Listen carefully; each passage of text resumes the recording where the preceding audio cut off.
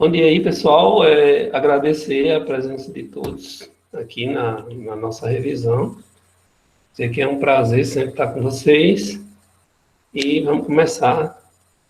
Nossa aula de hoje ela vai ser sobre a nossa revisão sobre funções oxigenadas. Vai falar sobre os compostos hidroxilados e os compostos carboxilados. Ok? Então, basicamente, eu vou falar com vocês aqui dos compostos hidroxilados, para que a gente possa fazer a nossa avaliação dos álcools, enóis, fenóis e éter, né? Aí, pessoal, lembrar, álcool é uma das funções que mais cai em prova, certo? Então, é uma função fácil, a gente consegue desenrolar direitinho, porém ela cai muito em prova explorando essa parte que fala das propriedades, certo? Então, propriedades dos compostos, ele é um assunto muito interessante, que vocês foquem nele, porque é o que vai ser mais cobrado na prova do Enem, principalmente, né? Então, só o que é basicamente um álcool, é um composto hidroxilado que tem em sua estrutura, pessoal, não estou aparecendo na câmera, é um composto hidroxilado que tem na sua estrutura uma hidroxila ligada a um carbono do tipo saturado, né? O que é um carbono saturado, professor? É aquele carbono que não tem insaturações nele, ou seja, que não tem ligações pi. Então, não tem uma ligação pi em nenhum ponto daquele carbono. Então, o carbono ele é considerado saturado quando ele tem a sua estrutura central, ele é um composto tetravalente, né? E essas valências elas podem se ligar de maneiras diferentes. Pode ser ligações somente sigma, né? Que são ligações simples, ou então eles podem se ligar por ligações sigmas e pi. Lembrando que a sigma é uma ligação frontal, né? De orbitais frontal, tipo dado às mãos, e a pi é uma ligação lateral, é de energia de elétrons, certo? E aí no modelo de orbitais a gente vai entender que essa ligação ocorre não frontalmente, mas lateralmente. E aí, por isso que quando você tem uma reação química com um composto orgânico, é muito mais fácil você quebrar uma ligação π do que uma ligação sigma, sendo que as duas são covalentes, né? Quando você estuda ligações covalentes, você lembra disso, certo? Só alguns exemplos aqui, os mais citados é o metanol, e aí uma particularidade do metanol. Falar sobre o metanol, é interessante que ele é um álcool muito solúvel, ou seja, tem solubilidade infinita, bastante polar. Aí você diz, polar por quê, professor? Ele se mistura com substâncias também polares, porém ele tem um pedacinho apolar. Você diz, professor, então essa hidroxila, que ela faz uma interação de que tipo? De pontos de hidrogênio, né? A gente tem que lembrar das interações intermoleculares dos compostos. Aí nós falamos dos álcools. Qual o tipo de interação que o álcool faz? É uma interação do tipo ponte de hidrogênio, porque ela tem o H-FON, ou seja, o hidrogênio ligado ao oxigênio. E aí as interações entre as moléculas, elas serão interações que vão trazer essa particularidade aí para os compostos alcoólicos, certo? Sendo que nem todo composto álcool ele é considerado polar, né? Totalmente polar, que ele é totalmente solúvel. É tanto que se você pegar alguns álcools, um álcool de cadeia grande, ele é considerado insolúvel em solventes polares. Isso por quê? Se eu pegar o oxigênio que eu tenho aqui, a hidroxila que eu tenho numa ponta do álcool, e uma cadeia, quanto mais eu crescer a cadeia hidrocarbônica, quanto mais eu crescer esse radicalzinho aqui, mais eu vou ter uma dificuldade da molécula se solubilizar, certo? E aí entenda que essa cauda traz uma certa apolaridade para a molécula, porque os hidrocarbonetos eles têm um tipo de interação chamado dipolo induzido, dipolo induzido. Nós sabemos que essa cauda vem dos hidrocarbonetos, né? É um radical alquila, pode ser arila, alquenila, E aí vem lá dos hidrocarbonetos, e nós já estudamos antes que as interações intermoleculares que ocorrem nos hidrocarbonetos, elas são do tipo de polo induzido, dipolo instantâneo. Ou seja, o polo não existe naturalmente, mas ele pode ser formado por um milésimo de segundo, certo? Tranquilo até aí, galerinha? Aí entenda isso, ó.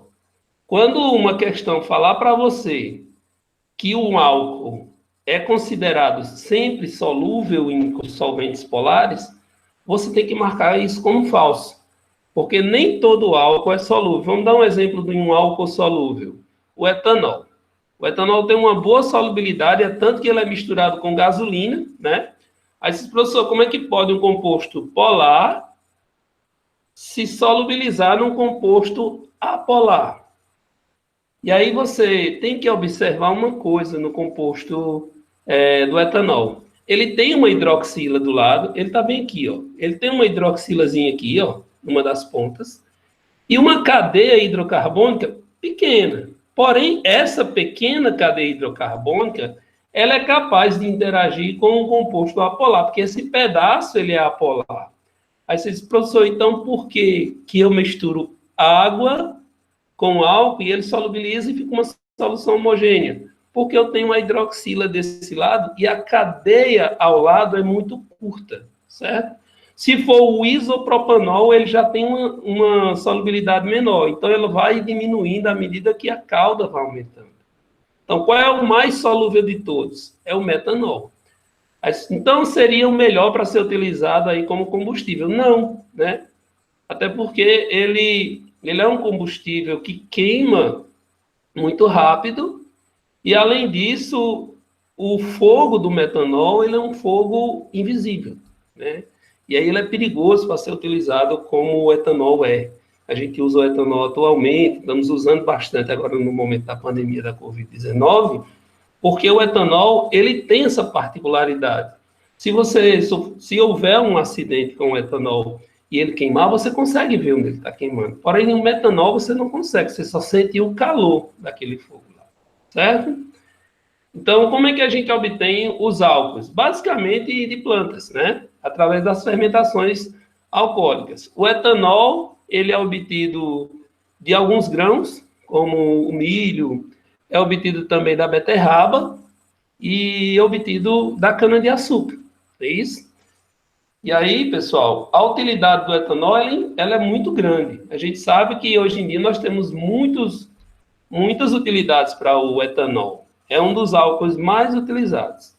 É hoje o que está em foco aí, né, com essa pandemia. Bom, como é que eles se classificam? Em monoálcools, diálcools, triálcools e poliálcools. O que é um monoálcool? É um álcool que tem apenas uma hidroxila ligada em qualquer um dos carbonos, né? Pode ser no carbono 1, no carbono 2, ou no carbono 3, ou no carbono 1000. Mas se ele tiver só uma hidroxila, ele continua sendo um álcool, só que é um álcool mono, né? Com apenas monohidroxílico. Tem apenas uma hidroxila. E aí um diálcool, ele tem duas. Pode ser no mesmo carbono ou em carbonos diferentes, certo? E aí a nomenclatura de um para o outro muda. Você observar direitinho, as nomenclaturas nesses casos, elas vão mudar. Um triálcool e um poliálcool. A gente usa muito os triálcools aí na ideia do propanotriol, que é o glicerol, né, que também é conhecido como glicerina, que é muito utilizado para fazer sabonete, produtos de limpeza, certo? Nomenclatura dos álcools. A nomenclatura dos álcools, ela é uma nomenclatura bem simples, né? Você pega aquele radical, que eu falei para vocês que poderia ser utilizado como uma oração, né? Todos os radicais orgânicos, professor, eu tenho que saber, é que você não tem que decorar, mas tem que memorizar pelo menos os principais, certo? Etil, metil, isopropil, N-butil, terquibutil. Você precisa aprender esses negocinhos aí, senão na hora da prova você não lembra, certo? Então, aquela história. Coloca na parede do quarto, todos os radicais vai aprender. Essa história do prefixo, met, et, prop, but, é muito fácil, né? 1, 2, 3, 4, 5, 6, 7, 8, 9, 10, vai do MET até o DEC. Aí tem o 11, que é o 1-DEC, o 12, que é o duodec, aí tem o 20, que é o eicoso, né?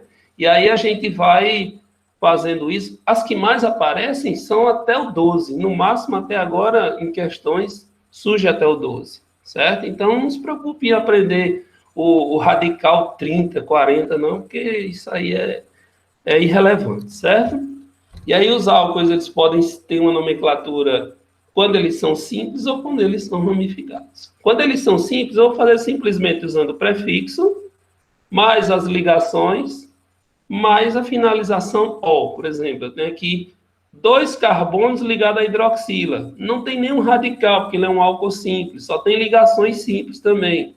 Se ele só tem ligações simples, ele é um álcool simples. Nomenclatura desse aqui, et, que é 2 carbonos, an, porque só tem ligações simples, e a finalização "-ol", que é etanol, ou então álcool etílico. Esse professor, essa nomenclatura álcool etílico, ela é cobrada em prova? Muito difícil ser cobrada, porque ela não é a nomenclatura oficial da IUPAC, né? Ela é uma nomenclatura usual, né? É uma nomenclatura que a gente não precisa aprender a nível de fazer uma prova, mas é bom saber, né? Se surgir lá, a gente já tem a ideia. Exemplo aqui de um segundo álcool, um álcool agora com 3 carbonos. Ó, ele é um álcool simples, porém ele tem 3 carbonos e 3 hidroxilas. Essas 3 hidroxilazinhas aí, pessoal, ela aumenta a polaridade da molécula. Se eu pegar assim, professor, se eu tiver o propanol, né? O propanol, e eu tiver o propanotriol, qual é o mais polar dos dois? É o propanotriol, porque ele tem mais hidroxila. Qual que tem maior ponto de fusão e ponto de ebulição? Ó, galera, eu vou falando junto aqui as propriedades para vocês irem ligando, certo? Quais que tem maior ponto de fusão e de ebulição? Se eu pegar o propanol e o propanotriol, o propanotriol tem o maior ponto de fusão e de ebulição. Por quê? Porque ele tem mais oxigênios, né? Tem mais oxigênios na estrutura, aumenta a massa molar, aumenta também a força intermolecular, certo? E aí acaba trazendo essa particularidade para a molécula. Quando o álcool for ramificado, como é que a gente faz? Aí vocês têm que ver a realização da nomenclatura olhando quem tem prioridade. Por exemplo, como prioridade, professor? Eu vou dar prioridade ao carbono que está diretamente ligado à minha função. Então, a função aqui, ó, é álcool. Eu tenho uma hidroxila nesse ponto. Eu vou contar da esquerda para a direita ou da direita para a esquerda? Sempre eu vou contar o carbono do lado que estiver mais próximo da hidroxila. Então, eu tenho 1, 2, 3, 4. E no carbono 3, eu tenho metil e metil, né? Então, eu tenho 2 metis aí no carbono 3. Eu tenho 3, 3 de metil. 1, 2, 3, 4 é but. Butanol, né? Porque butan por quê? Porque só tenho ligações simples. Aqui eu faço a mesma coisa. Ó. Eu poderia contar daqui, porém eu vou contar daqui, porque a hidroxila está nesse ponto. Se a ramificação tem menos prioridade do que a função, certo? Então, como é a prioridade? É função, insaturação, ramificação. A ramificação é a que menos tem prioridade na contagem dos carbonos, certo? E aí eu venho aqui, ó, 1, 2, 3, 4, 5, eu vou descer, 6 e 7, porque aqui eu vou ter uma cadeia maior. Aí eu tenho a hidroxila no carbono 2 e a metil no carbono 3. Aliás, metil no carbono 1, 2, 3, 5. No carbono 5. Como é que fica a nomenclatura? 5 metil, 7 carbonos aqui, né? Heptan, 2, ol. Está indicando 2 por quê? Porque a hidroxila está no carbono 2, certo? Então, se ela tivesse no 1, seria heptan 1, ol, ok? Propriedades, vamos lembrar novamente aí das propriedades. Quais são as propriedades que eu quero que vocês trabalhem mais? Ponto de fusão e ebulição, cai muito.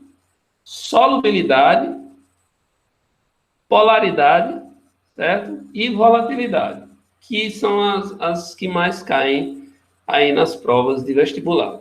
Então, todas estão ligadas à polaridade, certo? Se eu pegar assim, uma molécula de um álcool, ela é polar? Ela tem uma polaridade. Se eu pegar um álcool aí bem conhecido da gente, o colesterol, né? O colesterol, ele é um álcool, né? Ele tem uma característica de uma hidroxila ligada aí num ponto, num dos pontos da cadeia. Espera aí que eu perdi o slide. Um dos pontos da cadeia. Porém, galera, a gente tem que ter cuidado para não confundir função com composto, né? com estrutura. Por exemplo, um lipídio. Isso não é uma função, né? Isso não é uma função orgânica. Lipídio é um composto, é um nutriente. E aí eu não posso dizer que um lipídio não possa ser um álcool.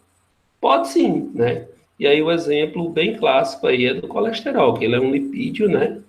Porém, em sua estrutura química, ele é um álcool. É isso? Então, vamos falar um pouquinho sobre isso, né?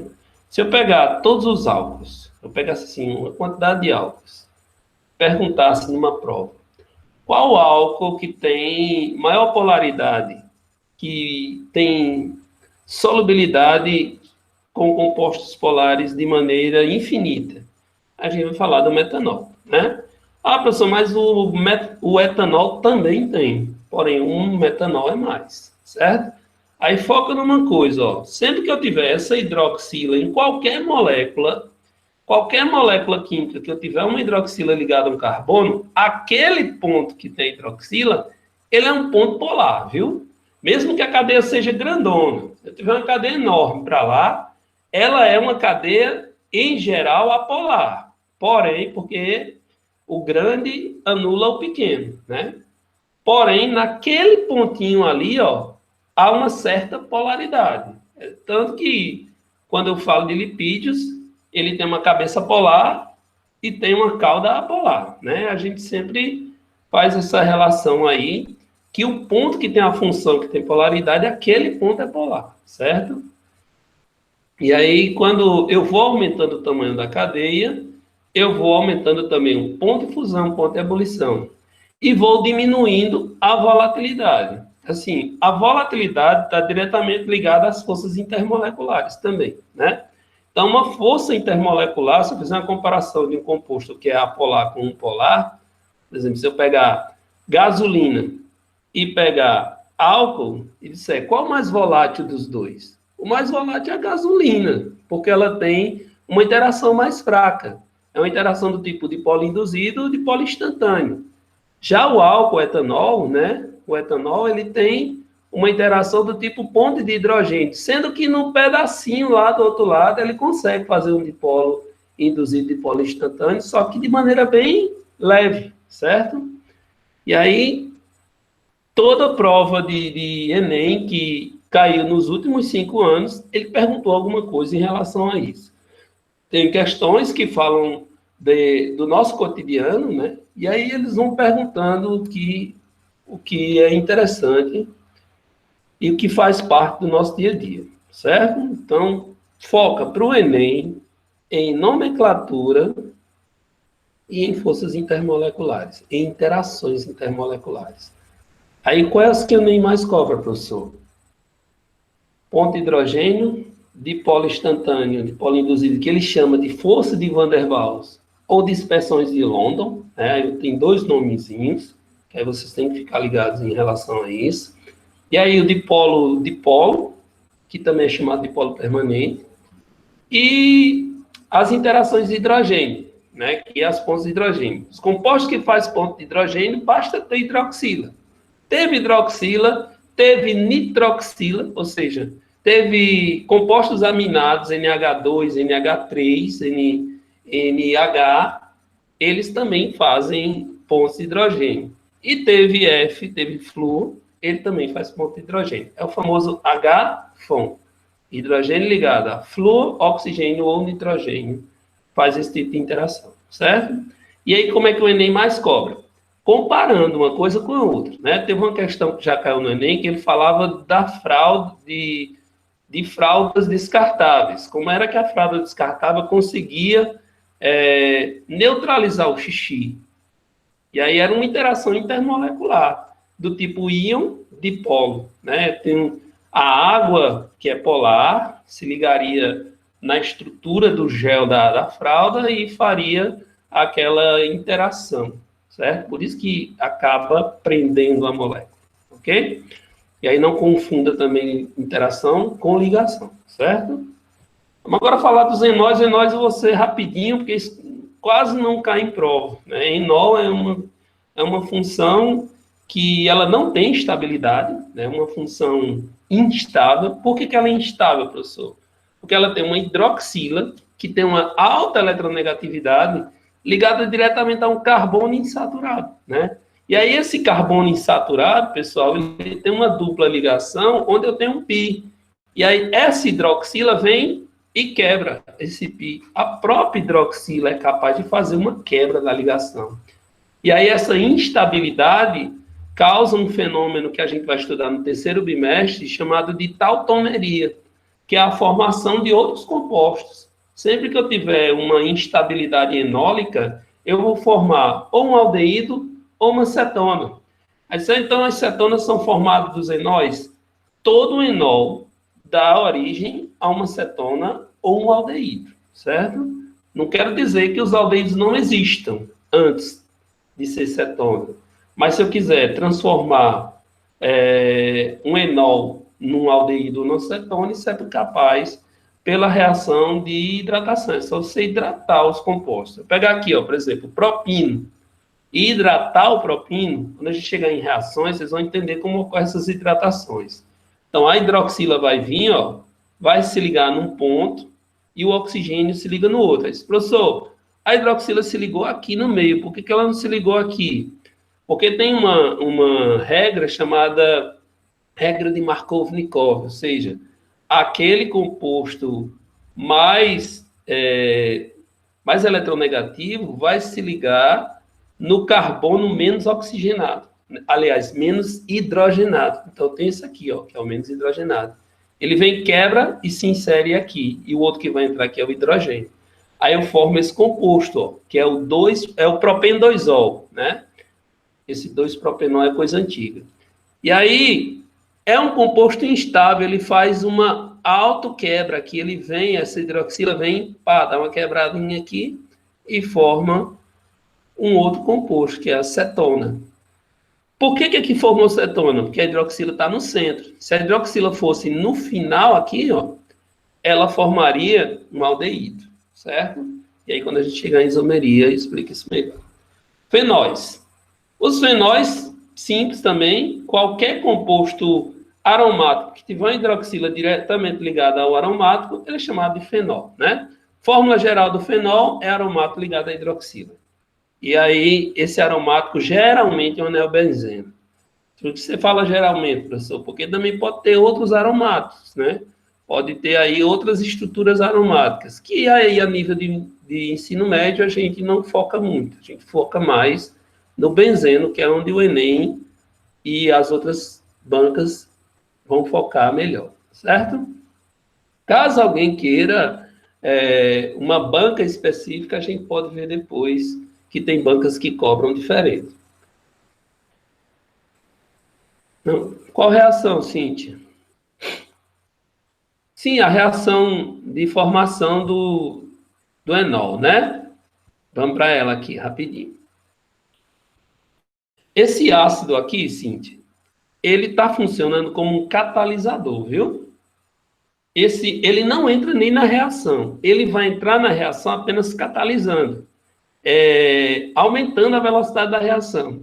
Esse H2SO4 e esse HgSO4 são ácidos catalisadores. Essa reação, ela só acontece na presença do ácido, entendeu? Então, eu não falei disso ainda, porque isso a gente vai falar em reações orgânicas. Quando chegar lá no assunto de reações orgânicas, aí a gente cita isso novamente, certo? E aí, só para você entender que ele não entra na reação, ele catalisa, apenas ele aumenta a velocidade e ele permite que a reação aconteça. Ok? Bom, continuando aqui, deu para entender, né, Cíntia? Tranquilo aí, né? Continuando aqui, falando sobre os fenóis, né? Os fenóis, eu tenho fenóis simples, que tem a hidroxila diretamente ligada a apenas um anel benzene e uma hidroxila, e aí eu tenho os enóis, que podem ter mais de uma hidroxila. A pessoa poderia estar rodeado de hidroxilas? Sim, mas um composto com tanta hidroxila assim, ele não é viável, né? Ele acaba não sendo viável. E aí, lembrar daquelas nomenclaturas que a gente estudou lá nos aromáticos, né? Daquela historinha. Orto, meta e para, né? Eu tenho 1, 2, é orto. Eu tenho 1, 3, meta, e 1, 4, para. Cuidado, galera. Às vezes as questões colocam tudo misturado aí para você errar a numeração. Se você errar a numeração, você perde a questão. Então, cuidado para vocês sempre prestar atenção na história da prioridade, né? Vamos pegar aqui do mais simples para uns mais complexos. Então, como seria a nomenclatura oficial dos fenóis? É você pegar um prefixo, e aí esse prefixo é mono, di, né?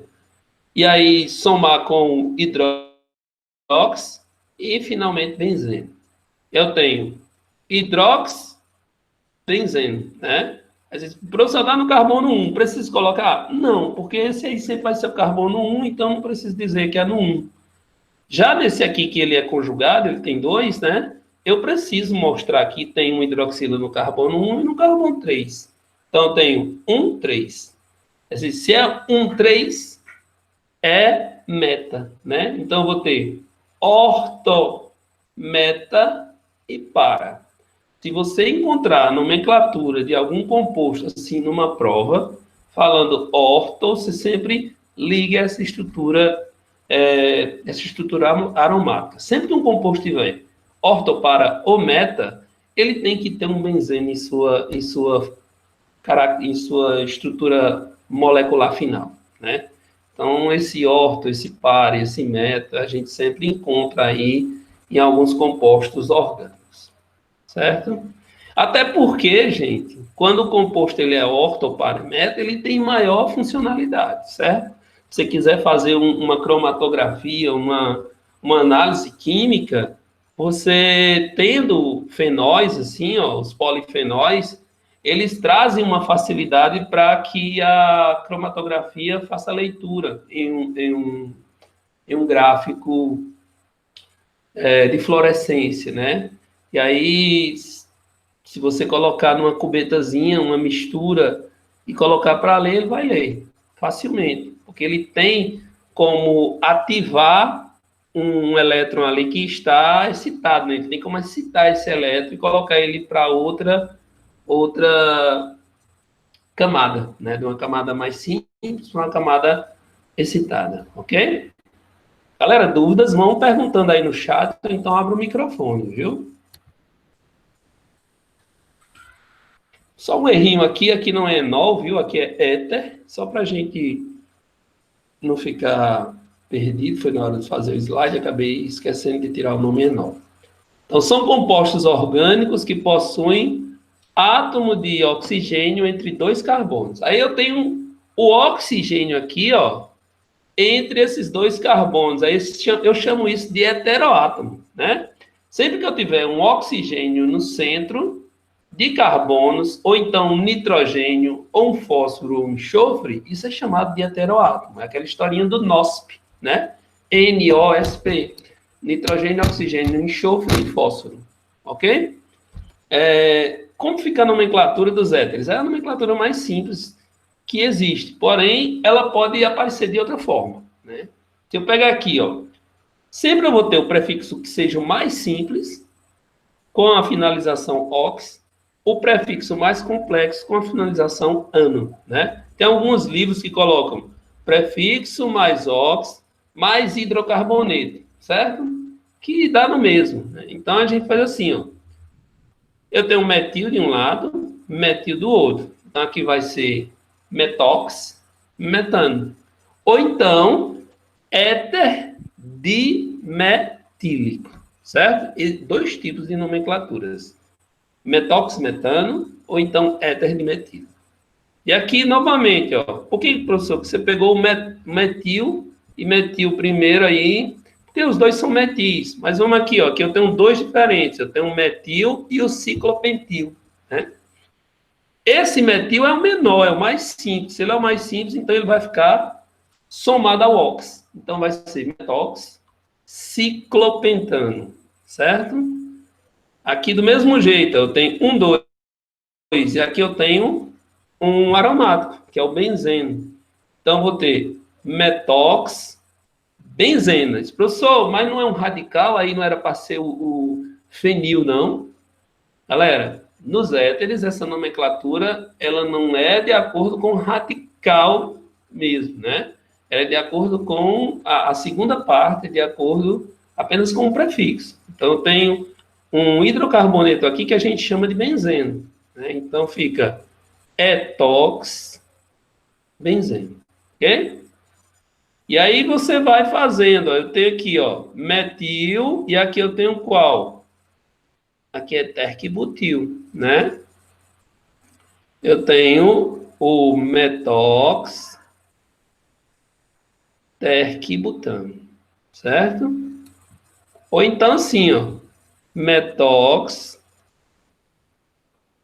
metil, propano, certo? Metox, metil, propano. Ok? Porque é o hidrocarboneto. E aqui é o hidrocarboneto ramificado. Ok? E aí, qual é o tipo de interação intermolecular que os éteres fazem? Né? Eles fazem dipolo permanente e dipolo permanente. Né? Eles fazem um tipo de dipolo, que é o chamado de dipolo permanente. Ah, professor, mas ele não tem um oxigênio no centro? Só que perceba, se eu pegar esse oxigênio aqui, ó, ele tem a maior eletronegatividade, então ele puxa mais. Porém, eu tenho os metis, né, que puxa para um lado e para o outro. E aí eu vou ter uma certa polaridade aqui, sendo que o negativo é nessa ponta e o positivo nessa outra.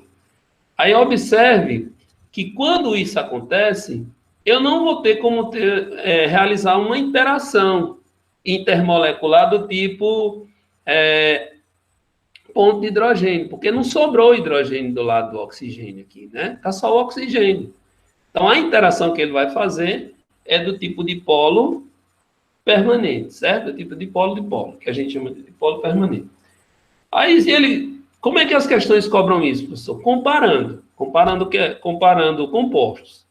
Se eu pegar aqui um álcool e um éter, que tenha a mesma massa molar, se eu for pela ideia de tamanho de cadeia, não tem como eu dizer quem tem maior ponto de fusão e maior ponto de ebulição. Aí eu vou ter que analisar o quê? As forças intermoleculares.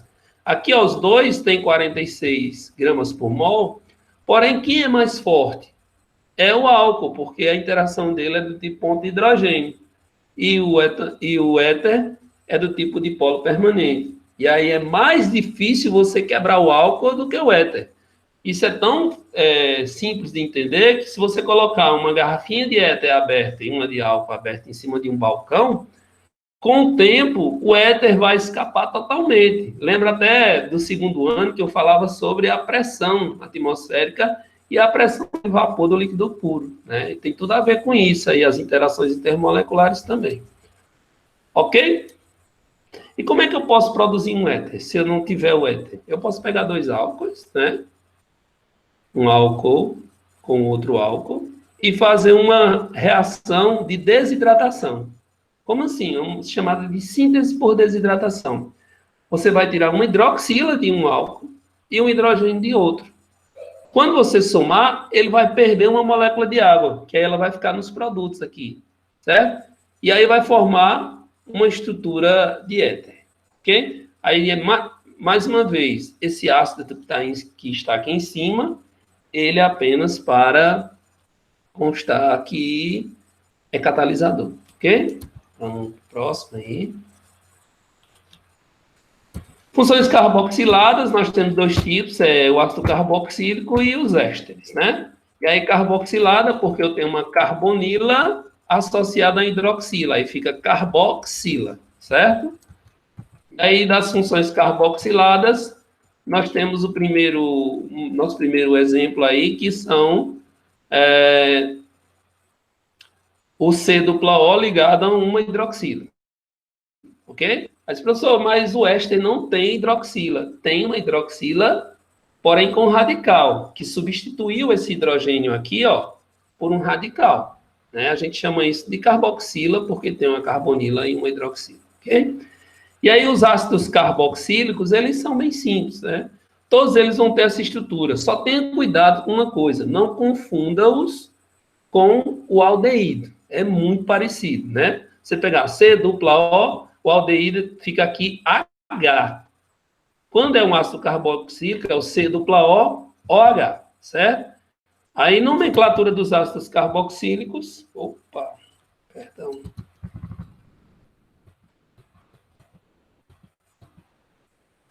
Nomenclatura dos ácidos carboxílicos, galerinha. Ela oficialmente, ele sempre tem que ter o nome ácido, prefixo, infixo e a finalização oico.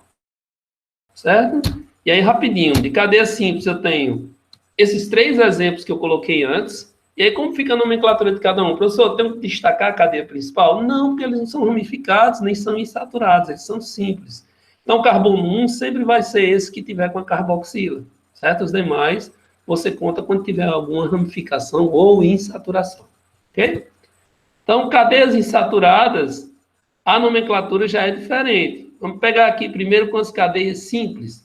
Se eu pegar essa cadeiazinha aqui, ó, eu tenho um carbono na cadeia, que a minha estrutura é met, né? O meu prefixo é met. Então, fica ácido, met, só tem ligações simples.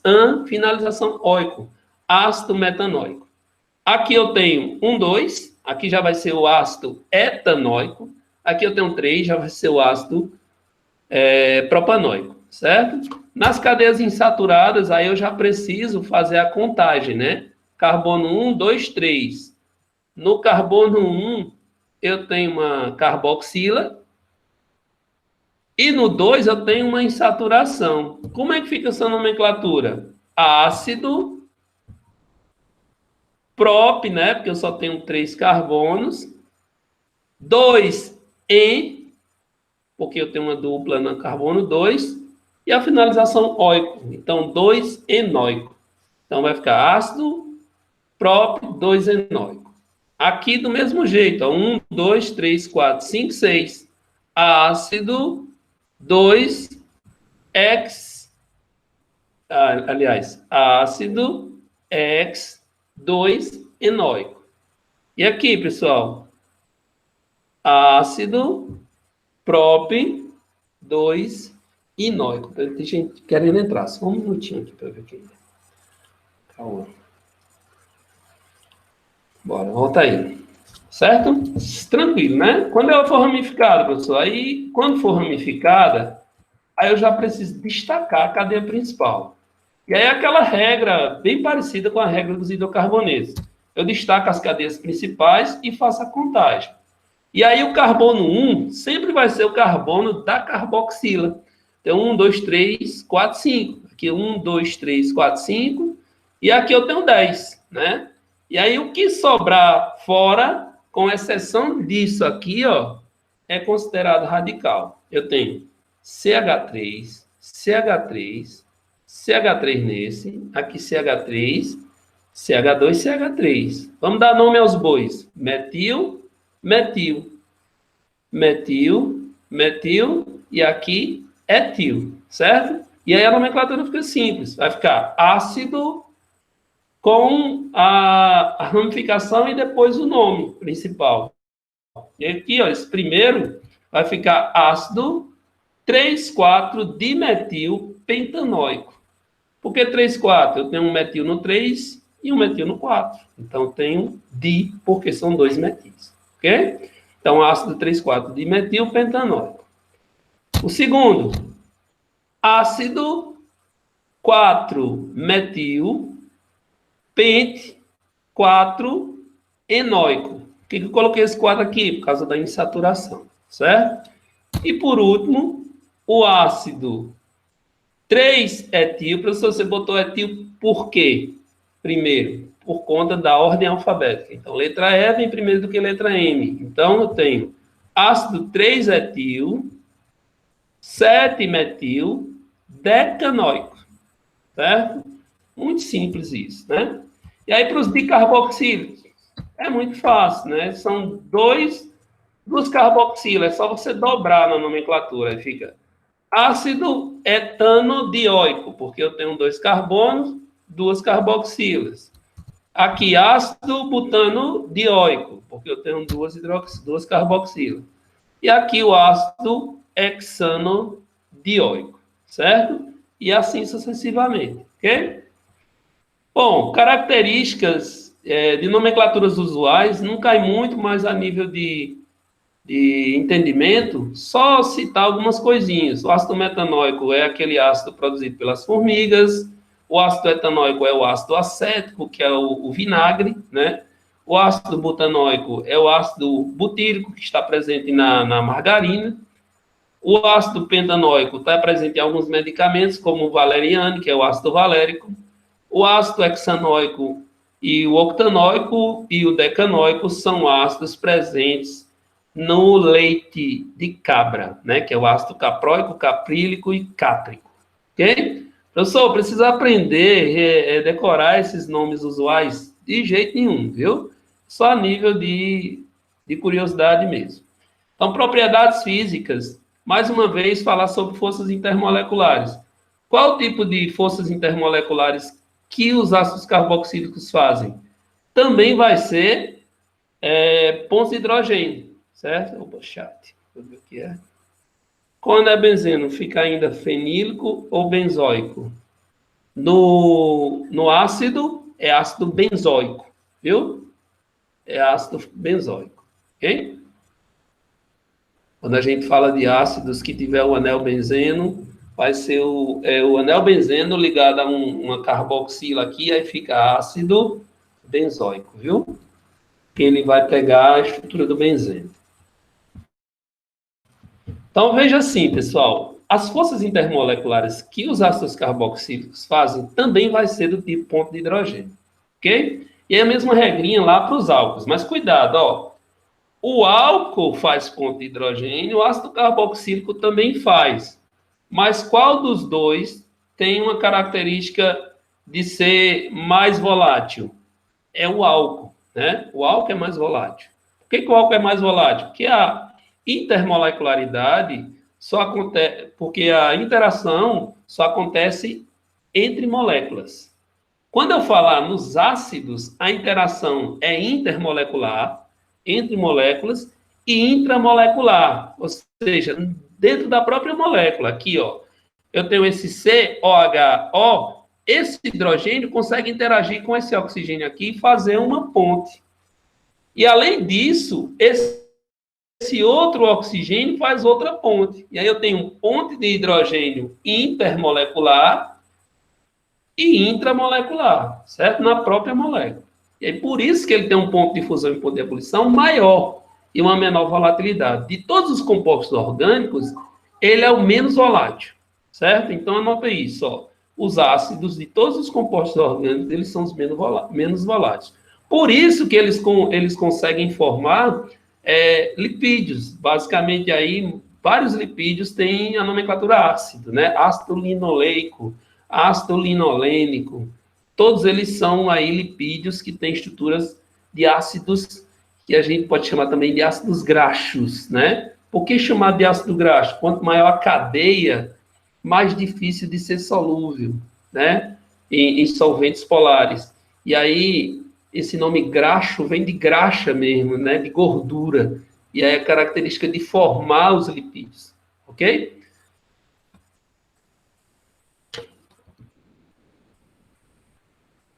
E aí, comparando, galerinha, sempre o ácido carboxílico vai ser o mais forte, né?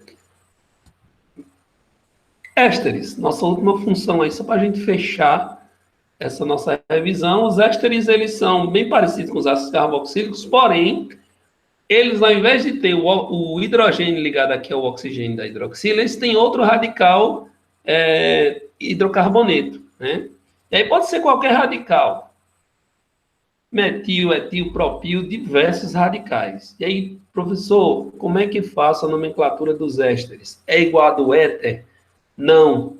A dos ésteres, galera, ela é diferente da dos éteres. O éter eu pego o mais simples com o mais complexo. Aqui não, eu pego o que tiver na cadeia da carboxila e o que tiver no outro radical.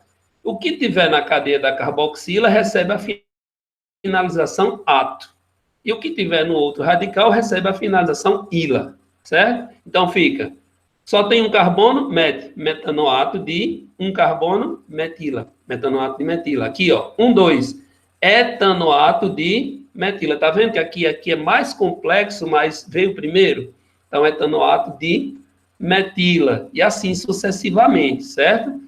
E aí, aqui vai ser pelo radical. Essa segunda parte é o radical, viu? A nomenclatura. Aqui vai ser etila, aqui etila também, e aqui fenila. Pessoal, se tivesse um CH2 aqui, seria benzila. E aí, todos os radicais que você já conhece, ok? Vamos ver aí as propriedades dos ésteres. As propriedades dos ésteres, ela basicamente faz uma interação do tipo dipolo permanente também. Só que é um dipolo permanente mais forte do que outros, certo? Porque ele tem uma certa estrutura.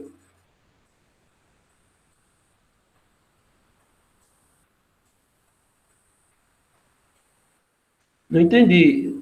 Edinho, eu tinha visto em outro material que você coloca primeiro o radical que vem do ácido e depois do álcool. Como assim? Não entendi, Cíntia.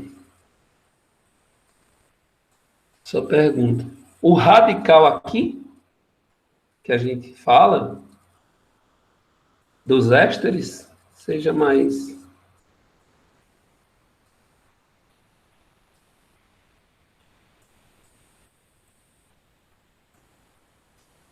Na reação de esterificação? Não, aí já é reação de esterificação, né? A formação do éster, eu nem citei isso. Tem um álcool e um ácido, né? Eu tenho a junção de um ácido com um álcool, está correto, viu? Então, quando você junta um ácido com um álcool, você faz uma esterificação, que é a chamada reação de esterificação, que vai ser também por desidratação, né? E aí a nomenclatura vai ser no éster. Aí a gente faz a nomenclatura no éster, certo? Esse álcool que vai fazer a esterificação, ele pode ficar desse lado ou pode ficar do outro lado, né? Então, eu tenho o ácido nesse ponto. Então, esse composto aqui, ó, esse aqui vem do ácido. Esse pedaço aqui, ó, veio de um ácido carboxílico. E esse outro pedaço vem de um álcool. É tanto que se você fizer uma reação de hidratação, ele vai quebrar nesse pontinho aqui, ó. Vamos, ó. Esse pedaço vem do ácido carboxílico e esse vem do álcool. Se eu vier com uma molécula de água, ele quebra aqui, ó. Aí o hidrogênio entra aqui e refaz o ácido carboxílico. E a hidroxila se liga aqui e refaz o álcool. A esterificação, ela é uma reação de formação do éster, certo? Isso, em relação à nomenclatura, a nomenclatura que a gente vai dar é quando você forma o éster, certo? Então, assim, eu quero que vocês foquem também nessa reação, foi bom até Cíntia lembrar, porque essa reação, ela é a que mais cai em prova, né? O Enem cobrou essa reação 3 anos seguidos. Eu sempre dizia aos alunos, ó, preste atenção nessa reação, que o Enem gosta dela. Aí, quando os alunos nem ligavam, e lá na prova caía. Professor, caiu a reação lá que o senhor falou, de formação dos ésteres. E eu não lembrei. E aí, os alunos que deram atenção, lembraram, né? E essa reação química, ela é muito importante, porque ela também é citada Lá nas reações de saponificação, que a gente vai falar mais para frente, o uso da glicerina, do glicerol, né, para a formação de compostos sapônicos, e aí eu posso usar o ácido carboxílico fazendo a formação de outro composto. Entendeu? E a nomenclatura é isso, que eu acabei de falar. E por último, só lembrar que a interação intermolecular dos ésteres, ela é uma interação de dipolo permanente e dipolo permanente, né? O tipo dipolo-dipolo.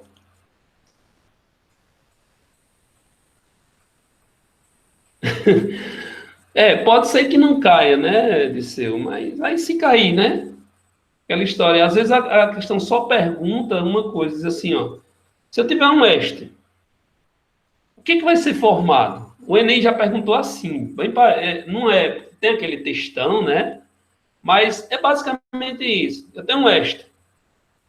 Uma reação, que tipo de reação química vai acontecer para formar e quais compostos vai formar? Então, a reação é hidratação. E o que é que vai formar? Um ácido carboxílico e um álcool, né? E já caiu assim na prova do Enem. Por incrível que pareça, uma coisa bem simples dessa, e teve aluno que errou, né? E eu falava isso em sala, igual eu falo para vocês agora. Não, o ato, essa finalização é ato, ele é como se os ésteres eles fossem compostos salínicos, né? Eles são sais. Pode usar isso aí dessa ideia também, viu, Cíntia? Um ser do ácido carboxílico e o outro ser do álcool. Até porque fica lógico, né? Porque aquele que pega o átomo é da cadeia 1, né, do radical 1, que vem do ácido carboxílico, e o outro é o do radical 2, que vem do álcool. Você pode usar essa ideia aí, beleza? É bem tranquilo. Bom, pessoal, aí com isso a gente finaliza a nossa revisão. Eu vou parar a gravação para que vocês possam lançar as dúvidas, ok? Ah, entendi, Cintia, entendi. Você pode usar essa regra aí, viu? Que dá certo.